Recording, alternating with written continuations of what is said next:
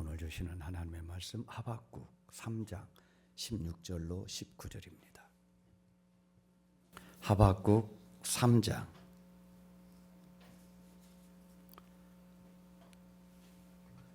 16절로 19절입니다.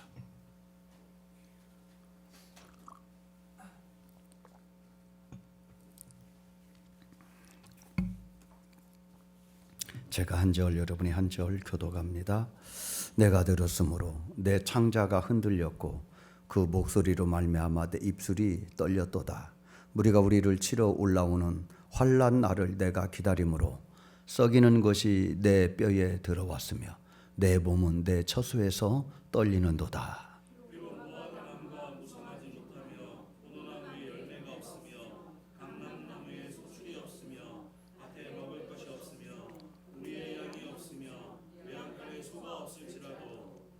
나는 여호와로 말미암아 즐거워하며 나의 구원의 하나님으로 말미암아 기뻐하리로다.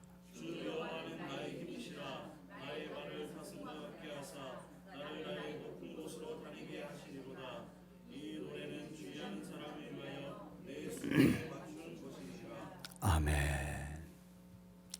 우리 좌우 옆에 분하고 인사 한번 합니다. 인사할 때 옆에 있어서 감사합니다. 옆에 있어서 감사합니다. 감사합니다.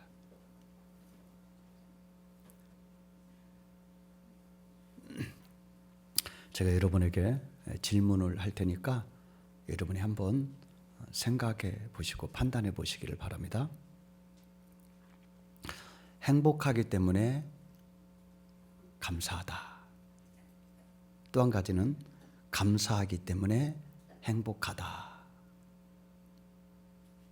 자, 어느 쪽이 맞는 것 같아요? 어느 쪽이 성경적인 것 같아요? 다시 한번 생각해 보십시오. 행복하기 때문에 감사하다. 감사하기 때문에 행복하다. 비슷하지만 전혀 다릅니다. 둘 중에 나는 어느 쪽이 옳은 것 같다, 어느 쪽이 성경적인 것 같다 생각합니까? 다시 묻습니다. 그렇다면 나는 어느 쪽입니까? 어느 쪽이 옳은 거하고 내가 어느 쪽인가는 별개입니다. 그렇다면 나는 어느 쪽의 마음을 갖고 사는가를 생각해 보셔야 됩니다. 많은 사람들이 감사를 잘 못해요. 왜 그럴까요? 감사를 환경과 조건에서 찾기 때문에 그렇습니다. 만약 환경과 조건에서 감사를 찾는 것이 맞다면, 그것이 옳다면 여러분이 생각하는 환경과 조건을 가진 사람들이 늘 행복해야 맞습니다. 환경과 조건 때문에 내가 감사한다면 내가 생각하고 있는 환경과 조건을 가지고 있는 사람은 늘 행복하고 감사하며 살면 그게 맞아요. 조금만 돈 더 있었으면 내가 행복할 텐데. 그럼 여러분이 가지고 싶은 만큼 가지고 있는 사람이 여러분이 생각하는 만큼 행복할까요? 조금만 더 건강하면 내가 행복할 텐데. 건강한 사람을 보면은 내가 생각하는 만큼 행복하고 감사합니까? 아니라는 걸 우리 너무 잘 알고 있어요. 신앙생활, 우리가 믿음 생활을 하는데 믿음 생활의 최고의 수준이 뭘까? 그것은 감사하는 것입니다. 신앙생활의 요소 중에서 중요한 게 굉장히 많아요. 기도하는 것 중요합니다. 기도 없이 어떻게 신앙생활을 합니까? 예배하는 것, 예배 안 드리면 신앙생활 안 하는 것입니다. 하나님의 말씀을 보고 묵상, 은혜 받는 것, 이거 없이 어떻게 삽니까? 말씀이 밥인데. 금식하는 것, 헌신하는 것, 봉사하는 것, 요거 다 신앙생활에 굉장히 중요한 요소들입니다. 그럼에도 불구하고 진짜 수준 높은 믿음은 어떤 일에까지 감사하는가, 그것이 믿음의 깊이입니다. 어떤 일에까지 감사하는 믿음인가, 그것이 그 사람의 신앙의 수준을 결정해요. 기도는 많이 아는데 늘 불평하고 원망해. 말씀은 늘 읽고 묵상하는데도 불안해해.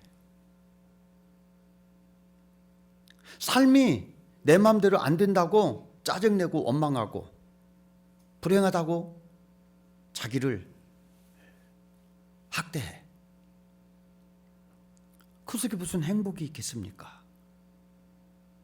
그러니까 믿음의 깊이는 어느 일까지, 어떤 일에까지 내가 감사할 수 있는가, 그만큼이 내 믿음의 수준인 거예요.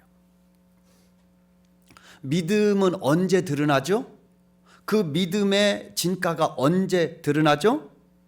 형통할 때입니까? 고난을 당할 때입니까? 고난 당할 때 그 믿음을 알아봐요. 형통할 때는요, 누구 믿음이 좋은 믿음인지 분간하기가 어려워요. 그런데 고난이 딱 찾아오면 그때 숨은 믿음이 드러나요. 그 믿음의 내공이 그때 드러나요. 왜냐하면 사람은 고난 당할 때 하나님을 깊이 만나는 순간이기 때문에 그렇습니다. 그때 기도가 깊어져요. 뿐만 아니라 어떤 일에까지 내가 감사할 수 있다는 거예요.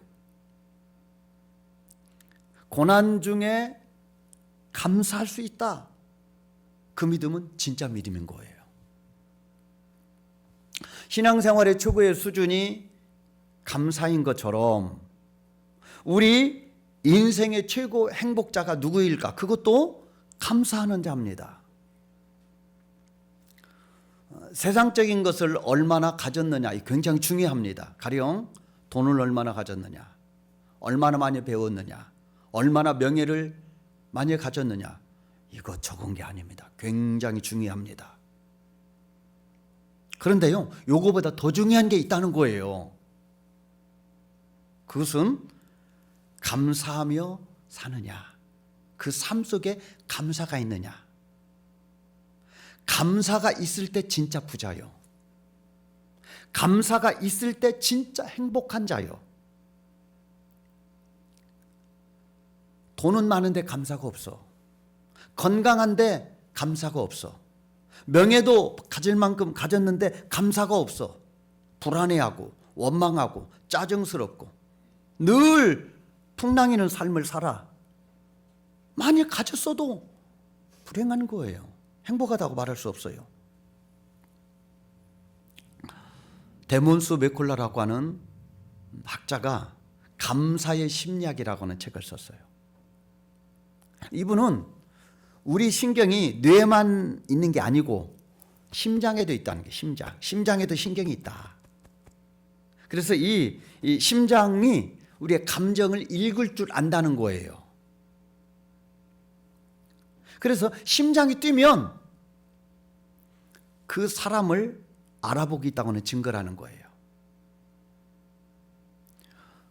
내가 분노하고 좌절하고 염려하고 불안해하면은요, 내 심장의 그래프가 막 요동을 쳐. 안정적이지보다 막 요동을 치는데, 내가 감사를 하면 심장의 그래프가 굉장히 평온해. 안정적으로 뛰고 있는 거가 과학적으로 검증이 된 거를 책을 쓴 거예요. 감사할 때 규칙적인 안정감을 갖는다는 거예요. 그러니까 감사와 건강도 밀접한 관계가 있다는 거예요. 감사가 삶의 수준을 결정한다, 그렇게 말하고 있는 것입니다. 하나님은요, 제사 제도와 절기를 아예 법으로 명문화시켰어요. 그래서 늘 제사를 드리고 때에 따라 맞게 늘 절기를 지켜요. 이 말은 하나님은 이 제사와 절기를 문화화한 거예요. 문화. 우리는 삶이 이 우리나라라고 하는 문화 가운데서 살듯이 굉장히 자연스럽잖아요. 우리는 왜? 우리나라 한국 문화 안에서 우리가 살기 때문에 굉장히 모든 게 자연스러워요. 그런데 우리가 일본이나 미국을 가면은 굉장히 당혹스러워요. 우리 문화가 아니기 때문에. 근데 하나님은 제사와 절기를 문화화 만들어 가지고 그거를 삶으로 누리도록 하셨어요. 그 이슬람인들은 하루에 기도를 몇 번 하죠? 뭐 5번 한다고 그러죠. 야, 진짜 5번을 하는 걸 보면은요, 기도 자체가 문화인 거요. 기도 자체가. 일하다가 또 기도하고, 밥 먹다가 또 기도하고, 늘 그 문화인 거죠. 그러니까 이처럼 하나님은 제사와 절기를 법으로 제정해서 문화화 시킨 거예요. 예수 믿는 사람은 늘 제사 드리는 거잖아요. 절기 지키는 거잖아요. 그런데 이 제사와 절기가 핵심적으로 하나님 앞에 뭘 하라고 하느냐? 감사라는 거예요. 결국은 감사예요. 제사의 핵심도 감사고요. 절기의 핵심도 감사예요. 만약에 제사 드리는데 감사가 빠졌다, 절기 드리는데 감사가 빠졌다, 그러면 쭉정인 거죠. 그거는 하나님의 의도는 그게 아니잖아요. 그러므로 하나님은 우리 인생에게 감사하며 살라는 거예요. 그래서 그걸 문화화시켜서 늘 감사하도록 만들었다. 그래서 하나님의 뜻은 감사예요. 범사에 감사하되 이는 그리스도 예수 안에서 너희를 향하신 하나님의 뜻이니라. 탈무드에 이런 글이 있습니다. 감사를 모르는 자를 벌하는 법을 하나님이 만들지 아니한 것은 감사를 모르는 자는 이미 불행이라고 하는 벌을 받고 있기 때문이다. 감사할 줄 모를 때요, 벌써 불행이라는 벌을 받고 있다는 거예요. 그러니 다시 벌할 필요가 뭐 있겠느냐. 감사하지 않는다고 감옥에 보내는 법은 없습니다. 그러나 벌써 그는 불행이라고 하는 심판을 받고 있다는 거예요. 감사의 속성은요, 영적인 속성이에요. 그런데 우리 육체의 속성은요, 욕심으로 똘똘 뭉쳐 있어요. 욕심은요, 만족이 없어요. 그래서 하나님이 채워줄 수 없는 거, 그 욕심입니다. 하나님은 전능하신 분인데도 우리의 욕심을 못 채워줘요. 그러므로 소유로 만족하는 것은 불가능하다. 욕심이 잉태한 즉 죄를 낳고 죄가 장성한 즉 사망을 낳느니라. 그러니까 죄의 모든 뿌리를 욕심이라고 말해요. 욕심. 죄의 모든 뿌리를 욕심이라고 말해요. 우리는요, 욕심 덩어리예요. 욕심 덩어리. 탐심이 곧 우상 숭배니라. 그거 다 욕심이거든요. 우리는 욕심 덩어리예요. 그래서요, 내 욕심을 만족시킬 거는 아무것도 없어요. 하나님도 욕심은 못 채운다니까요.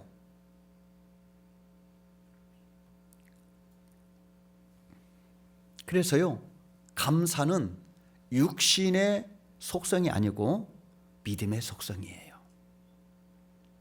하나님과 연결될 때 비로소 감사할 수 있는 거예요.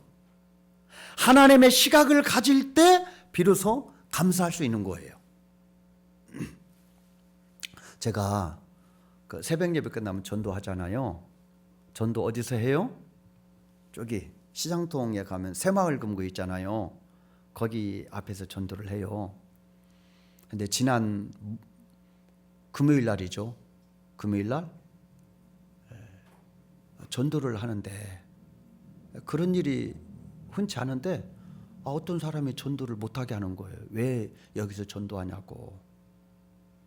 근데 여기서 전도하면 안 되냐. 안 된대요. 그래서 왜 안 되냐 그랬더니 내가 이 건물의 건물주라는 거예요. 진짜 건물주인지 아닌지는 제가 확인해 볼 거예요. 내가 이 건물의 건물주인데 여기서 전도하면 안 된다 그래요. 그러니까 나오고 그 사람하고 이렇게 말이 길어지니까 사모님이 와가지고 이거 좀 뭐가 문제가 있다 그래서 떼어놨어요. 그래서 말은 뭐 길게 안 했지만은 기분이 굉장히 나빴어요. 일부러 거기다가 차를 나한테 비키라고 그러고 차를 대는 거예요. 거기다 안 대도 되거든요.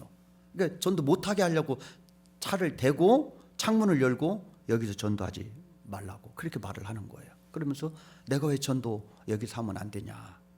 그러니까 건물주기 때문에. 아니 건물주면은 자기 건물 앞에서 못하게 하는 권리가 있어요? 없어요. 거기다 펜스를 치지 않는 한은 누구든지 그 앞에 공용 도로인데 그거를 내 건물 앞이니까 그러면은 개봉동 사람 어디로 지나다닙니까? 기분이 굉장히 안 좋았어요. 불편했어요. 좋은 생각이 안 들었어요. 미운 생각도 들었어요. 제가 건물주면 건물주지. 전도를 하라 마라. 왜 그런 말을 하나? 속이 편치 않았어요. 그런데 제가 그런 마음 가운데 그래도 성경을 보면은 사도 바울도 전도하면서 말로 닿을 수 없는 그런 핍박과 고난을 받았지만 다투고 싸우지 않았다. 또 성경에 보면은 의를 위하여 핍박을 받는 자가 복이 있다고 그랬는데 내가 언제 예수 믿는 것 때문에 남한테 핀잔 듣고 욕먹고 핍박받은 적이 있더냐. 생각해보니까 없더라고요. 그런데 요거라도 전도할 때 요거를 못마땅해 가지고 그렇게 말하는 거에 대하여 그래도 하나님 요거라도 전도하는데 이렇게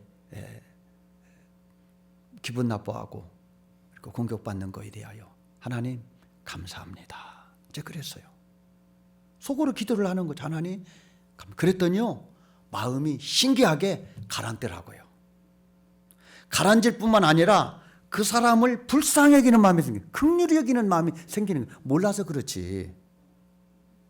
모르니까 저런 것이지. 그 사람을 새롭게 생각하는 여유를 가지고 긍휼히 여기는 마음이 생기더라 이 말입니다. 감사가 얼마나 대단한 힘과 능력이 있는지 모르는 거예요. 사모가 그 화요일마다 그 상담학 사모님들끼리 모여서 상담학 공부하는 강의를 하는 데서 듣고 또 이렇게 사모님 모임을 갖는 행사모인가 뭔가 그 모임이 있어요. 영등포에서. 근데 지난주에 저한테 그런 얘기 하더라고요.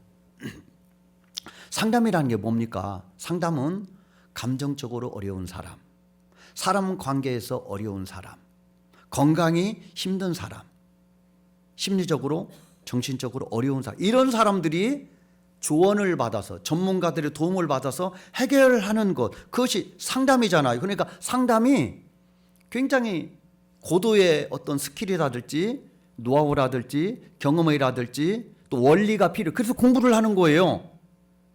왜? 고민을 듣고 어떻게 조언해 줘야 될 것인가, 어떻게 해결해야 될 것인가를 내가 알아야 조언해 주기 때문에 상담이 만만치 않거든요. 그런데 그 상담을 하시는 분은 교수예요.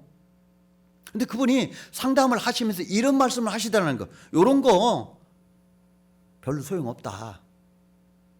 아니 상담학 교수가 상담을 가르치면서 이 상담 그렇게 중요하지 않다. 진짜 중요한 것은 영적인 치유가 일어나야 된다. 영적인 치유가 일어나야지, 영적으로 고침을 받아야지, 영적인 문제가 해결돼야지. 그리고 나서 그 다음에 이런 것들이 가치가 있지. 영적인 문제가 해결되지 않고 상담하는 거, 이거 가치가 없다. 그래서 제가 그거 맞다. 그거 맞다. 영적인 안정감이 있어야, 영적인 치유와 회복이 있어야 그 사람의 진정한 회복이 일어나게 될 줄로 믿습니다. 사람은요, 영과 혼과 육 세 개로 구성이 되어 있잖아요. 영혼육이라고 말하죠. 그런데요, 영이 혼을 다스려야 돼요. 즉 영이 내 마음을 다스리고요, 내 마음이 육을 다스려야 돼요. 질서가 영이 마음을, 마음이 육을 다스려야 그 삶의 질서가 잡히고, 그리고 영적 안정감이 있고, 그리고 평안해요. 요게 뒤죽박죽 되면은요, 그의 삶은 노도와 같은 일들이 벌어져요. 그래서 요한 3서 1장 2절도 내 영혼이 잘됨 같이 네가 범사에 잘되고 강건하기를 원하노라. 예, 순서가 있다는 거예요. 물이 위에서 아래로 흐르듯이 네 영혼이 잘됨 같이 영혼이 잘 되어야 범사가 잘 되고 강건해진다는 거예요. 그 영혼이 잘 되는 사람의 특징이 뭡니까? 감사하는 사람이에요. 감사가 넘치는 사람. 이 사람이 영혼이 잘 되는 사람의 특징이에요. 여러분, 헬렌 켈러라고 하는 분 얘기 들어보셨죠? 대단한 분이죠. 이분은 약 2살경이 되었을 때에 열병이 들어요. 굉장히 어렸을 때죠. 그래서 시력을 잃습니다. 청각을 잃어버립니다. 그래서 말도 못해요.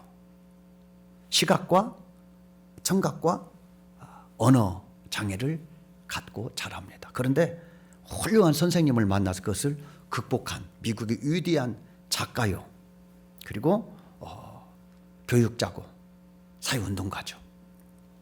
그분이 이런 책을 하나 썼어요. 만약 내가 3일간 볼 수만 있다면, 내가 3일간 볼 수만 있다면, 첫째 날은 이거 하겠다는 거예요. 나를 가르쳐 주신 선생님의 얼굴을 보고 싶다.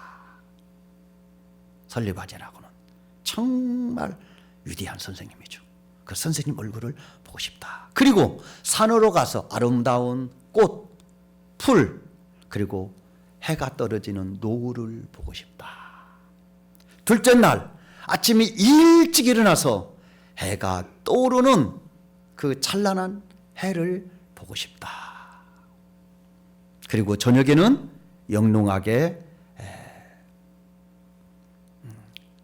빛나는 별들을 보고 하늘을 바라보겠다.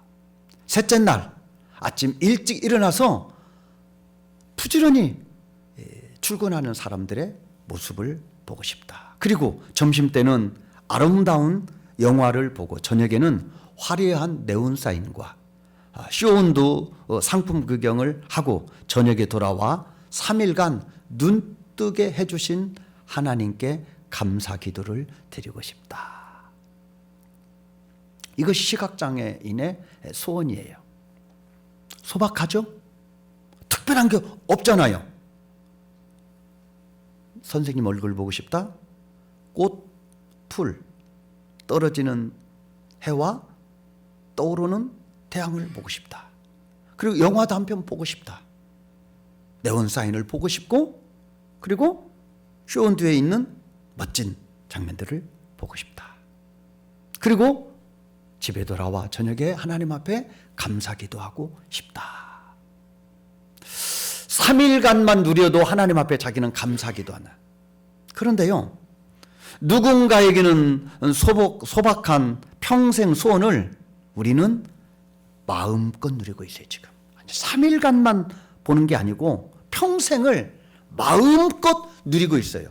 보고 듣고 말하고.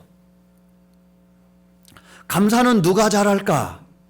아픔과 결핍과 고통을 경험한 사람들이 잘해요. 심령이 가난한 사람들이죠. 사람들은요, 언제 하나님을 깊이 만나느냐? 고통과 결핍과 아픔이 있을 때 하나님을 깊이 만나요. 이 말은요, 감사는 하나님을 인정할 때 할 수 있다는 말이에요. 진정한 감사는 하나님께로부터 나온다는 거예요.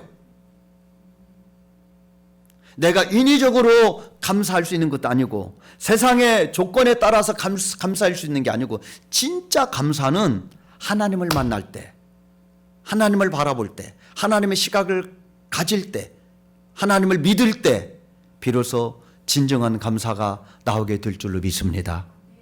오늘 본문을 한번 보세요. 오늘 본문 하박국은요, 찌라도 감사를 하고 있어요. 뭐할지라도 나는 하나님 앞에 감사한다. 그거죠. 아무것도 없을지라도 나는 하나님께 감사한다는 거예요. 요와 비슷한 감사를 한 사람 있죠. 요 다니엘의 세 친구들. 그리 아니하실지라도 나는 우상에게 절하지 않겠습니다. 우상에게 절하지 않으면은 풀무불에 집어넣는다고 해도 하나님이 나를 건져주죠. 그러면. 근데 만약에 하나님이 나를 건져주지 아니하실지라도 나는 우상에게 절할 수 없습니다. 찌라도 감사죠. 하박국은요 선지자죠. 그래서요 장차 바벨론이 자기 나라를 침공해 와가지고 온 나라를 쑥대밭으로 만들 거를 알고 있어요. 전쟁이 일어나면 비참한 것이죠. 패자는 모든 것을 잃어버립니다. 노략당하고 약탈당하고 불태우고 많은 사람이 죽임을 당하고 포로로 잡혀가고 자유를 잃어버리고 종이 되고 노예가 되는 것입니다. 그래서 무섭고 공포스러운 것입니다. 16절에서 바벨론이 왔을 때에 이 고백을 이렇게 하고 있습니다. 자, 16절 한번 읽어볼까요? 자, 16절 시작. 내가 들었으므로 내 창자가 흔들렸고 그 목소리로 말미암아 내 입술이 떨렸도다. 무리가 우리를 칠러 올라오는 환난 날을 내가 기다림으로 썩이는 것이 내 뼈에 들어왔으며 내 몸은 내 처수에서 떨리는도다. 생각만 해도 끔찍한 일이 곧 올 거라고 하는 이야기를 듣고 이 하박국은 몸서리치는 고통을 느끼고 있습니다. 이런 희망 없는 삶, 그것이 실제가 됐을 때 어떻게 될 것인가를 17절에서 이렇게 말합니다. 자, 17절 다 같이 시작. 비록 무화과나무가 무성하지 못하며 포도나무에 열매가 없으며 감람나무에 소출이 없으며 밭에 먹을 것이 없으며 우리의 양이 없으며 외양간에 소가 없을지라도 아무것도 안 남는 거잖아요. 밭에 가도 거둘 게 없어요. 우리에 가도 이미 다 잡아가고 뺏어갔어. 아무것도 건질 게 없는 거예요. 이럴 때는요 참담함밖에 없습니다. 좌절과 분노밖에 안 남는 것입니다. 그래서요 이런 상황에서 좌절하고 절망하고 삶을 포기하는 일들이 흔하게 벌어집니다. 요거는요 세상의 일반적인 법칙이에요. 어쩔 수 없어요. 우리도 이런 일을 만나면 정말 고통스러워할 거예요. 그런데 그 다음 절 18절 19절을 보면은요 전혀 다른 고백을 하고 있습니다. 즐거워한다, 기뻐한다, 사슴처럼 뛰고 높은 곳을 달린다, 그렇게 말합니다. 자, 18절 19절 한번 읽어봅니다. 시작. 나는 여호와로 말미암아 즐거워하며 나의 구원의 하나님으로 말미암아 기뻐하리로다. 주 여호와는 나의 힘이시라. 나의 발을 사슴과 같게 하사 나를 나의 높은 곳으로 다니게 하시리로다. 이 노래는 주의하는 사람을 위하여 내 수금에 맞춘 것이니라. 이 앞절 16절 17절과는 너무나 다른 18절 19절의 고백을 하고 있는 것입니다. 어떻게 한 절 사이에 절망이 희망으로 바뀌었는가? 어떻게 이런 고백을 할 수 있는가? 그것은요 하나님을 자기 힘으로 삼았기 때문입니다. 하나님을 바라보고 의지하였기 때문입니다. 현실은 차갑고 파괴되고 절망적이지만 나를 다시 살리실 분은 하나님이시구나. 그 사랑의 하나님을 나의 힘으로 삼고 내게 하나님을 의지해야 되겠다라고 하는 굳은 마음을 가질 때 그는 희망을 노래할 수 있었더라, 이 말입니다. 이것은요 믿음의 법칙입니다. 세상의 법칙은 사네 못 사네 인생 끝났다 그럴 상황이지만 믿음의 법칙은 이때 하나님을 바라보고 하나님을 의지하고 하나님이 나의 힘임을 고백할 때 놀라운 역사가 일어나게 될 줄로 믿습니다. 감사는요 하나님과 연결될 때 나오는 것입니다. 감사는 하나님으로 하는 것입니다. 환경이나 조건으로 하는 게 아닙니다. 그건 속는 것입니다. 믿음으로 살면 충분히 감사하고 행복하게 될 줄로 믿습니다. 감사는요 행복을 여는 열쇠예요. 감사를 하면은요 감사의 친구가 달라붙어요. 행복, 평안, 은혜. 다 끼리끼리 놀아요. 그래서 행복은 감사의 문으로 들어오고 불행은 불평의 문으로 나간다는 거예요. 하나님을 바라볼 때, 하나님을 인정할 때, 하나님이 나의 힘이 될 때 진정한 감사가 있게 될 줄로 믿습니다. 하나님보다 더 좋은 것이 어디가 있습니까? 하나님보다 더 만족 주고 하나님보다 더 행복 주는 것이 없습니다. 그러므로 하나님을 바라볼 때 진정한 감사가 있게 될 줄로 믿습니다. 감사로 제사 드리는 자가 나를 영화롭게 한다 말씀하십니다. 사랑하는 성도 여러분, 감사로 행복하시기를 원합니다. 감사하면 감사의 친구가 달라붙고요, 불평하면 불평의 친구들이 달라붙어요. 감사하면 하나님이 실제가 될 줄로 믿습니다. 감사하면 믿음이 이론이 아니고 실제가 될 줄로 믿습니다. 행복하기 때문에 감사하는 것이 아니라 감사함으로 행복해지는 저와 여러분 되기를 주의 이름으로 축복합니다.